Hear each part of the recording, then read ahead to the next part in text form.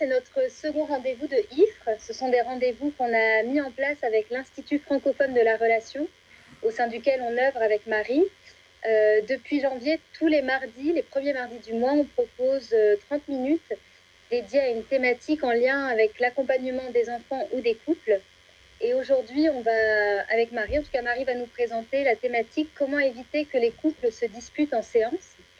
Donc toi, Marie, tu es formatrice et intervenante en analyse des pratiques pour les pros de la petite enfance. Tu es psychopraticienne en psychothérapie individuelle centrée sur la théorie de l'attachement. Et tu es praticienne de l'approche RE que tu utilises en thérapie de couple et tu proposes des formations pour les thérapeutes de couple avec cette approche. Pour redire un mot sur le format d'aujourd'hui, donc on va prendre 20 minutes pour que Marie puisse nous présenter cette thématique. Et je vous invite du coup à écrire les questions dans le chat et on prendra 5-10 minutes à la fin pour répondre aux questions. Voilà. Je vais couper Je te laisse Marie et je coupe la vidéo. Oui, et ben, je suis ravie de cette occasion de plonger dans ce sujet passionnant. Donc moi, effectivement, je m'appelle Marie Pujas, je suis de Grenoble et j'accompagne des couples depuis un certain nombre d'années grâce à plusieurs formations, dont la formation de l'Institut francophone de la relation. Aujourd'hui, du coup, j'ai eu envie pour pouvoir aborder cette dimension de comment faire pour que les couples comment gérer les situations de disputes en séance de couple, qui est quand même un frein majeur, à la fois en termes d'appréhension pour les thérapeutes qui accompagnent des couples, et puis dans la réalité des faits quand ça se produit. Donc j'ai choisi de vous présenter un peu déjà quelle est l'origine de la thérapie, qu'est-ce qui amène un couple en thérapie. Ensuite, en pratique, à quoi ça ressemble une dispute, pour appuyer un peu sur des exemples de ce que j'ai pu vivre dans les accompagnements que j'ai pu mener. Donc, qu'est-ce que c'est en pratique, voilà, et puis qu'est-ce que c'est en théorie, en fait, une dispute, voilà, pour permettre aussi de comprendre un peu qu'est-ce qui se passe, en fait, au niveau physiologique, au niveau biologique, au niveau relationnel dans un moment de dispute. Et une fois que on en a un peu les causes de tout ça, j'aborderai un peu les défis du thérapeute dans ces situations-là et quelles sont les pistes des trucs et astuces, j'ai appelé ça un peu, pour pouvoir faire face à ces situations, à la fois des trucs et astuces préventifs et des trucs et astuces curatifs, voilà, pour faire un peu court. Voilà un peu comment j'ai ordonné nos échanges d'aujourd'hui. Donc vous n'hésitez pas à poser vos questions dans le chat au fur et à mesure pour que ça puisse permettre que ce soit adapté aussi à votre réalité. Alors déjà, l'origine d'une thérapie, qu'est-ce qui fait qu'un couple arrive dans un cabinet? Pour moi, il y a deux grands déclencheurs qui sont cumulatifs. Le premier, c'est que le couple rencontre une difficulté sur une ou plusieurs des dimensions de son couple. C'est-à-dire que au sein d'un couple, en réalité, il y a plusieurs couples. Tout ce que je vous dis aujourd'hui, c'est des choses que j'explique aux couples, d'accord ? Je leur donne vraiment de la matière pour leur permettre de comprendre ce qui se passe pour eux. Et donc, dans les différentes dimensions du couple qui peuvent être impactées par une difficulté, il y a soit le couple de colocataires, des fois les conflits se cristallisent autour de la gestion du quotidien, de la répartition des tâches ménagères, de l'entretien, voilà. Il y a le couple amical. Le fait que la personne à côté soit une personne de soutien ou avec qui on va avoir envie de partager nos préoccupations, enfin voilà, cette dimension amie. Il peut y avoir le couple de loisirs aussi qui est impacté, le fait de partager des activités communes, de rire ensemble, d'avoir des loisirs communs et des centres d'intérêt communs. Ça peut aussi être le couple de la sexualité qui est impacté par une difficulté pour des raisons diverses et variées, le couple sexuel. Ce peut être aussi le couple social, c'est-à-dire que des fois, au sein d'un couple, il y a la dimension d'avoir des amis partagés, de sortir, de fêter des choses avec des personnes extérieures, et ça peut être impacté par des difficultés, parce que l'un des deux ne supporte pas les amis de l'autre, voilà. Une autre des dimensions du couple, c'est aussi le couple de tendresse, alors, tendresse ou attention, qui est différent du couple sexuel. C'est vraiment soit de la tendresse physique, se tenir la main, se passer la main dans les cheveux, voilà, ou d'avoir des attentions à l'autre. Penser à lui acheter le chocolat qu'il préfère, ou lui amener son café en fin de repas. Voilà, donc tout ce couple de tendresse. Il y a le couple parental qui des fois est un couple en difficulté puisque le couple est en désaccord sur des méthodes éducatives, pour faire très largement. Il y a d'autres dimensions du couple. Il peut y avoir des couples professionnels, par exemple, pour des gens qui travaillent ensemble, des couples spirituels, pour des personnes qui partagent une religion ou une spiritualité commune, et dans laquelle il y a un moment de tension. Voilà. Donc en fait, chaque couple a un équilibre spécifique sur toutes ces dimensions. Et il y a un moment où la première des causes, c'est qu'il y a un problème sur une ou plusieurs de ces dimensions. Donc ça, c'est une difficulté. Et à cette difficulté-là, que tous les couples traversent, s'ajoute une deuxième difficulté qui est l'incapacité à résoudre la première. C'est-à-dire, et en fait, ce qui crée le blocage, c'est le cumul des deux. C'est-à-dire la difficulté sur l'une ou plusieurs des dimensions et l'incapacité à savoir résoudre cette difficulté. On y revient, je différencie vraiment ces deux causes, puisque c'est le cumul des deux qui fait que le blocage arrive et que la souffrance devient trop importante. Et du coup, ça nous donne déjà deux portes d'entrée. Voilà. Donc ça, c'est un peu l'origine. Les gens, les couples arrivent en séance avec... c'est un système, en fait, qui demande de l'aide. Voilà, qui a une demande d'aide par rapport à... alors, eux n'ont pas la conscience de ça, mais c'est deux origines. En pratique, ça ressemble à quoi un conflit en séance, c'est-à-dire que les gens arrivent avec leurs difficultés et aussi avec leurs blocages, donc avec leur modalité de communication qui est contre-productive dans cette situation-là. Donc, on a la chance en tant que thérapeute de couple, c'est que des fois les gens nous expliquent et puis des fois ils nous montrent ce qu'ils font pour de vrai à la maison. Donc, souvent d'ailleurs, quand ça dérape un peu et qu'ils se disputent, la première des choses que je fais, c'est que je les remercie parce qu'ils me donnent à voir. Et du coup, ça me permet vraiment d'avoir de la matière pour savoir qu'est-ce qui pose, voilà, où est-ce que ça dérape et où est-ce que ça gratte, quoi. Alors en pratique, ça ressemble à quoi une dispute? Alors une dispute, c'est quand un conflit n'est plus constructif. Un conflit n'est pas un problème en soi. Ce qui est problème, c'est quand la manière de l'évoquer n'est plus au service de la relation. Alors ça peut se manifester de plein de manières. Nous pouvons imaginer des colères disproportionnées ouvertes. C'est souvent celles qui font le plus peur aux thérapeutes. De moments où les deux membres du couple se mettent soit à se parler entre eux. Alors je pense par exemple à un couple que j'ai accompagné où il y en a un qui disait « mais tu peux pas dire ça », que l'autre instantanément lui répond « bah tu vas quand même pas me dire ce que j'ai le droit de dire ». Voilà, où là d'un seul coup en une fraction de seconde, pof, les deux personnes se mettent à se parler en direct et nous donnent à voir ce qui se produit à la maison, quoi, en fait. Voilà. Ça peut aussi être une colère disproportionnée mais fermée. C'est-à-dire à un moment l'un des deux qui dit non mais là de toute façon ça sert plus à rien de continuer, puis qui se tait comme ça, qui s'enfonce dans son fauteuil et puis c'est terminé, la colère elle est coincée et la personne elle refuse de parler. Voilà, ça peut être une autre manifestation que j'ai pu observer chez quelques-uns de mes patients.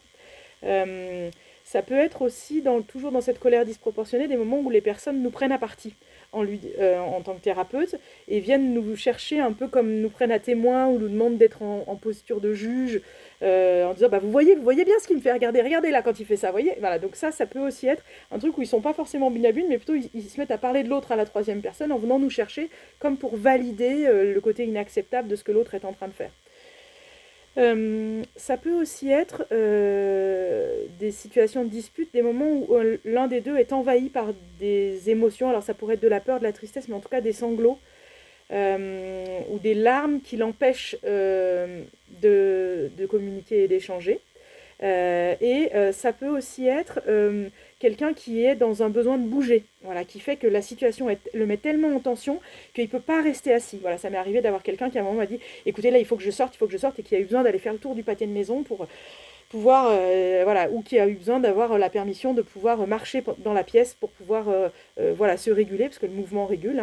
Voilà. Donc ça, c'est des exemples de situations que j'ai pu vivre dans les séances que j'ai accompagnées. Donc ça, c'est à quoi ça ressemble en pratique. L'autre chose que j'ai trouvée intéressante, c'est de comprendre qu'est-ce que c'est en théorie, du coup, une dispute. Donc en théorie et en biologie, c'est quoi une dispute ?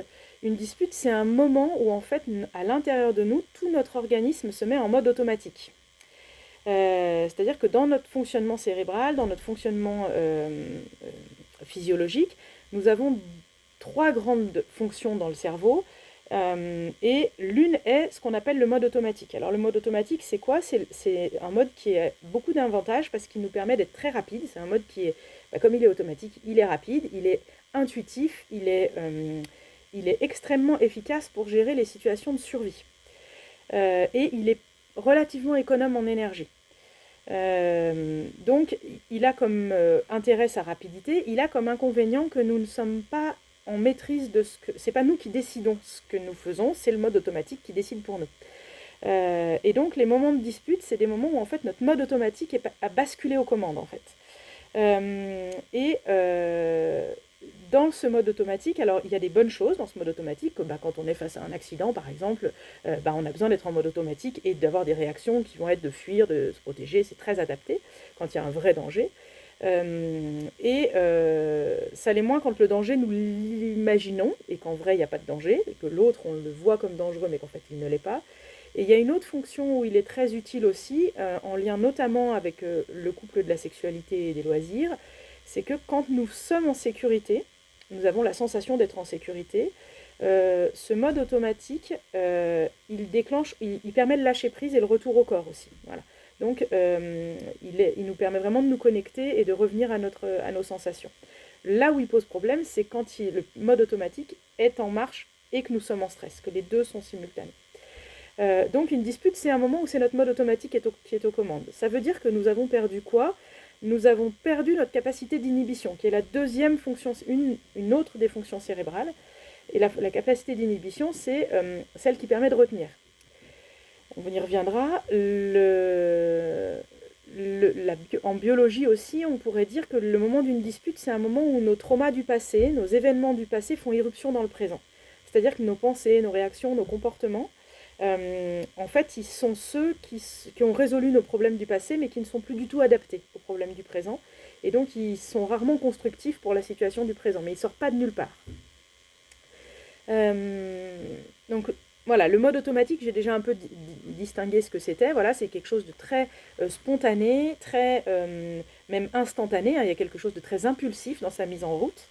Et puis l'autre capacité cérébrale, l'autre mode de fonctionnement que nous avons, c'est le système adaptatif. Alors, dans les études en neurosciences, ils disent, voilà, ce système adaptatif, c'est celui que nous avons chaque fois que nous sommes en capacité de relativiser, d'apprendre, que nous avons de la curiosité pour découvrir de nouvelles manières de faire, que nous avons de la curiosité pour découvrir le point de vue de l'autre, toute notre capacité d'être dans les comportements prosociaux qu'on développe dans les compétences psychosociales, par exemple collaborer, coopérer, faire des compromis, tout ça c'est dans le mode adaptatif. Notre capacité d'empathie, tout ce qui nous permet d'être dans une relation d'échange et d'intimité émotionnelle avec les autres est dans le mode adaptatif. Et la troisième grande catégorie, c'est la compétence au niveau du cerveau, c'est la capacité d'inhibition. Cette capacité d'inhibition, c'est la capacité à se retenir de dire ou de faire quelque chose. Cette capacité à gérer ses impulsions. Et ce troisième mécanisme cérébral, c'est celui qui permet de switcher du mode adaptatif au mode automatique, dans un sens comme dans l'autre. C'est-à-dire qu'il y a des personnes, quand elles sont sous stress, elles vont penser, mais elles ont besoin d'inhiber leurs pensées pour pouvoir passer en mode actif. Et il y en a d'autres, elles vont crier, dire t'es trop bête, tu peux pas dire ça, tu m'écoutes jamais. Voilà, donc elles vont faire en mode automatique et elles ont besoin d'inhiber le comportement pour pouvoir retrouver leur capacité de penser. Et donc en fait, c'est extrêmement important de comprendre que la première des choses que nous avons à expliquer au couple, c'est qu'ils ont à progressivement s'entraîner à reprendre la main sur leur mode de fonctionnement et sur ces trois dimensions du cerveau. Et la première porte d'entrée, c'est la capacité d'inhibition. Donc c'est vraiment, je trouve intéressant aussi d'aborder ça avec les couples, parce que l'approche RE est une approche qui donne beaucoup d'outils à la fois aux thérapeutes et aux couples pour pouvoir reprendre le pouvoir sur leur vie, sur leur comportement et retrouver du pouvoir personnel en fait, voilà, dans ces situations-là. Alors, du coup, voilà, je reprends un peu mes notes pour suivre mon fil. Donc voilà, en théorie et en biologie, une dispute, c'est donc le mode automatique qui passe aux commandes, le fait de perdre la capacité d'inhibition et quand nos traumas du passé font irruption dans le présent. Les défis du thérapeute au milieu de tout ça, quand ça se produit là à chaud, c'est de s'impliquer dans le système, donc de s'impliquer dans la relation avec les deux protagonistes, mais de s'impliquer sans renforcer les jeux psychologiques qui sont à l'œuvre, euh, d'écouter son contre-transfert sans l'agir, et puis, une chose, alors ça paraît des termes un peu psy et un peu analytiques, et puis il y a une chose très simple aussi que j'ai dû apprendre, enfin en tout cas désapprendre, c'est oser couper la parole et oser frustrer et contrarier les gens. C'est-à-dire que quand les gens vont mettre en œuvre des outils et des manières de communiquer qui sont contre-productifs pour leur objectif à eux, il y a quelque chose où nous avons à être la capacité d'inhibition qu'ils n'ont plus. Et il y a vraiment un des défis, en tout cas pour moi, ça a été vraiment d'oser couper la parole et d'oser leur dire non, et nous n'allons pas parler de ce sujet-là. C'est pas possible. Voilà, parce que si vous le faites, vous faites plus de la même chose, vous allez obtenir plus du même résultat, et c'est pas ce résultat-là que vous voulez. Donc voilà, vraiment oser s'impliquer, couper la parole en leur expliquant, là vous allez muscler votre capacité d'inhibition. Bien sûr, un des défis du thérapeute, c'est de s'adapter à l'équilibre de chaque couple en mettant de côté ses propres représentations et ses propres choix dans sa vie personnelle, professionnelle, notamment sur la dimension de la sexualité, la dimension du couple, des valeurs éducatives, la dimension... Voilà. Donc ça, c'est un vrai défi pour le thérapeute, de pouvoir s'adapter à ce couple-là, c'est quoi son équilibre à lui, et comment est-ce que je peux lui permettre d'accéder à ça. L'idée du thérapeute, un des défis aussi, c'est vraiment d'être capable de réguler un conflit et une dispute en restant en position d'adulte, sans basculer dans une position haute, une position analytique, mais vraiment rester dans une position d'adulte à adulte et d'aller mobiliser l'adulte dans les intervenants, dans les clients à l'intérieur de nous. Et puis, un autre des défis du thérapeute, c'est de savoir expliquer, de savoir simplifier un peu ce que j'ai expliqué là tout à l'heure, qu'est-ce qui se passe, expliquer aux gens ce qui se passe à l'intérieur d'eux et dans leurs relations pour sortir de la culpabilité, de la position de il y a un gagnant, un perdant, un méchant, un gentil, ou quelqu'un qui est responsable et quelqu'un qui n'est pas du tout responsable, sortir de ce... et savoir expliquer et simplifier les connaissances que le thérapeute a pour pouvoir rendre les gens acteurs de leur accompagnement. Donc voilà un peu pour la partie compréhension de ce qui se passe. Alors dans les trucs et astuces de qu'est-ce qui permet d'aborder, je les ai pris déjà en préventif. Une des choses qui pour moi est extrêmement précieuse, c'est le cadre que propose l'accompagnement avec l'approche RE. C'est un cadre dans lequel le praticien est centre la thérapie et le nomme et l'explique comme ça dès le début, en disant que cette thérapie, elle va être centrée uniquement sur la cause numéro 2 des problèmes. C'est-à-dire que les difficultés sur les différentes dimensions du couple, nous allons les évoquer en termes de contenu, mais en vrai, le processus de thérapie va être centré sur gérer l'incapacité et leur donner la capacité à résoudre le problème. Voilà.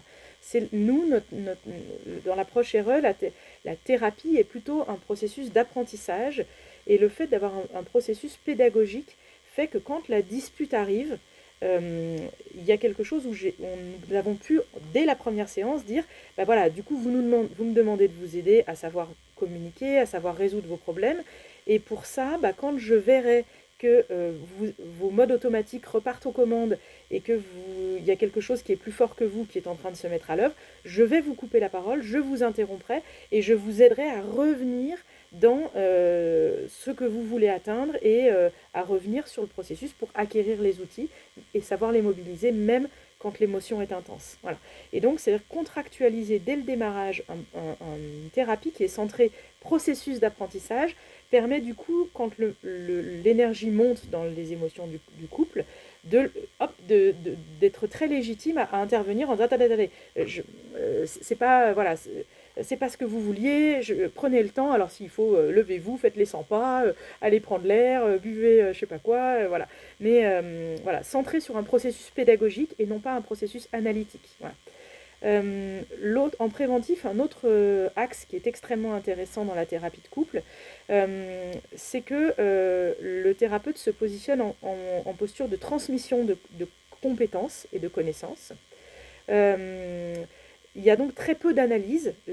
Moi, dans ma casquette psychopraticienne en thérapie individuelle, je travaille la cause des problèmes numéro un. Qu'est-ce qui fait qu'une personne en individuel et du coup dans son couple a des problématiques avec des visions éducatives, avec de la sexualité, avec un rapport au financier, enfin voilà, donc ça c'est en thérapie individuelle, je travaille ça, mais quand j'ai des couples, je suis centrée vraiment sur de la transmission de compétences pour savoir comment leur dire à l'autre sa façon de voir et de ressentir ces choses-là. Donc la position du thérapeute en transmission de compétences, très peu d'analyse, beaucoup d'entraînement. Une autre des choses qui est très aidante, c'est d'être très clair sur le cadre. Comme je vous ai dit tout à l'heure, moi je pose très rapidement, dès que les gens ont validé le démarrage de l'accompagnement après la première séance, en disant voilà, et je vous arrêterai si les comportements que vous adoptez vont à l'encontre de vos objectifs à vous. Voilà.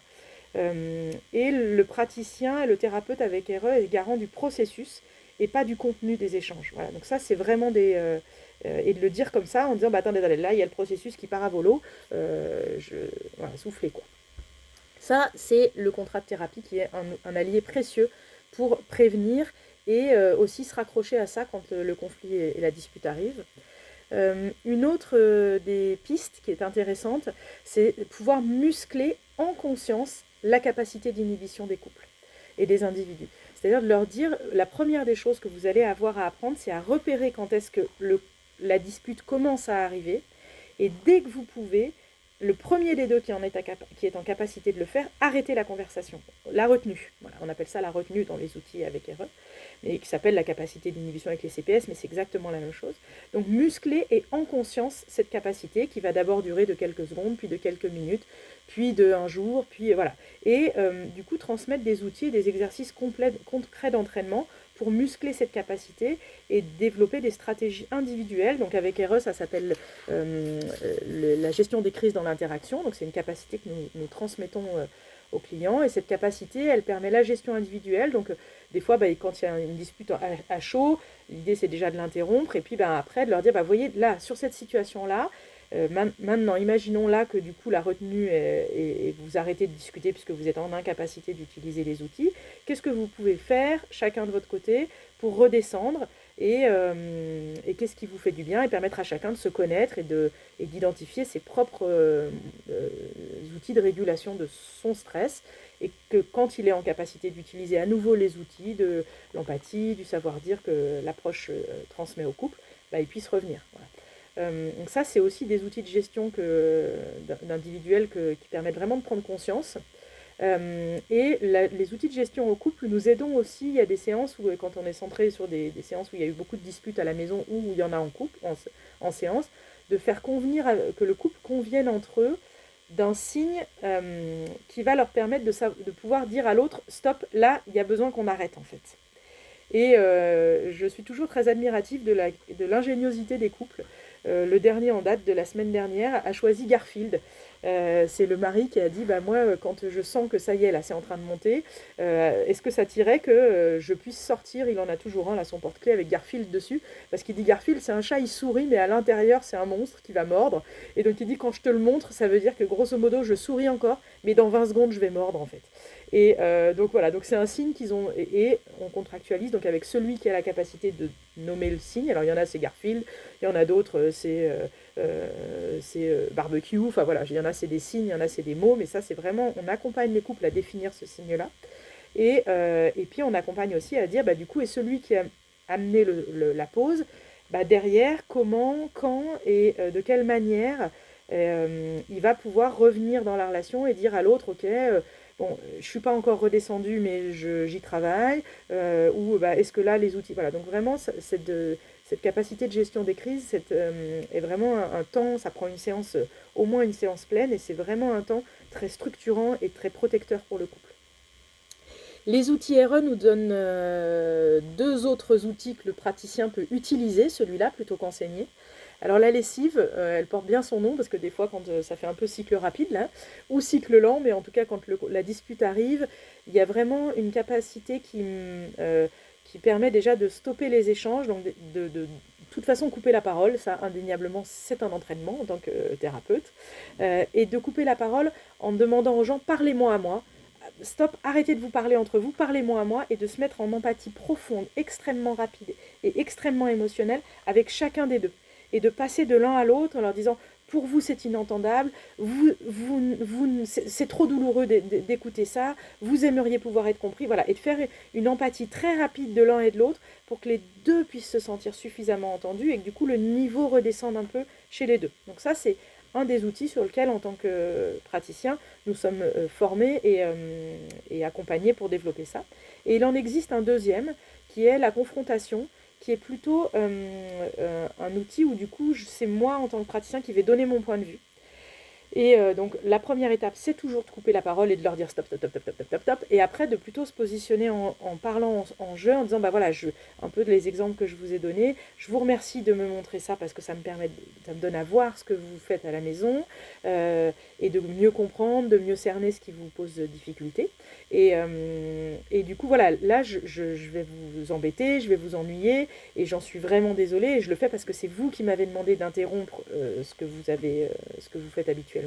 Donc voilà, du coup, de le faire, mais en se positionnant, en nommant son intention positive et en leur donnant des pistes du coup derrière pour pouvoir sortir de cette ornière-là dans laquelle ils sont et leur permettre aussi de prendre conscience des petits progrès qu'ils font. Parce que la capacité d'inhibition, c'est pas quelque chose qu'on monte et ces capacités d'empathie, de savoir dire, elles ne se développent pas en un claquement de doigts, elles s'entraînent et des fois, on arrive à rester sur des situations émotionnellement difficiles en empathie pendant 1 minute, puis pendant 2, puis pendant 10, et ça, c'est déjà des capacités de progrès. Voilà. Donc voilà un petit peu tout ce à quoi j'ai pensé dans ce qui permet de co-construire avec chaque couple sa propre manière de gérer les disputes et à la fois les gérer à chaud, les prévenir et les revenir dans la relation après la dispute aussi. Voilà, c'est plein de pistes de portes d'entrée qui sont à travailler avec chaque couple et à construire avec chaque couple, parce que vraiment chacun a ses ressources et ses capacités individuelles par rapport à ça.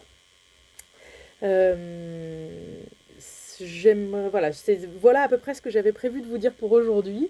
Je prends les questions que vous avez pu poser du coup. En me demandant voilà, où est-ce qu'on peut se former à cette formation. Alors l'approche RE est une formation qui est portée par l'Institut francophone de la relation et il y a une promotion qui démarrera en mai sur la région lyonnaise, donc c'est une formation de 14 jours à laquelle il faut faire 2 jours d'initiation voilà, pour vérifier que la méthode nous parle, parce qu'une des premières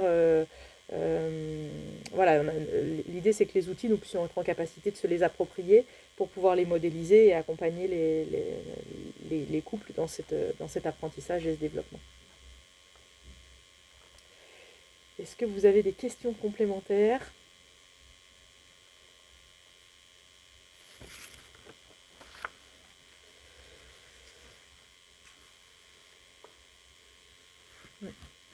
Alors, on me demandait, voilà, est-ce que les informations, je les donne au couple dès le début ? Alors, oui. Alors, l'approche RE permet d'avoir un canevas de première séance qui est vraiment un déroulé qui permet de tranquillement explorer la problématique et faire alliance.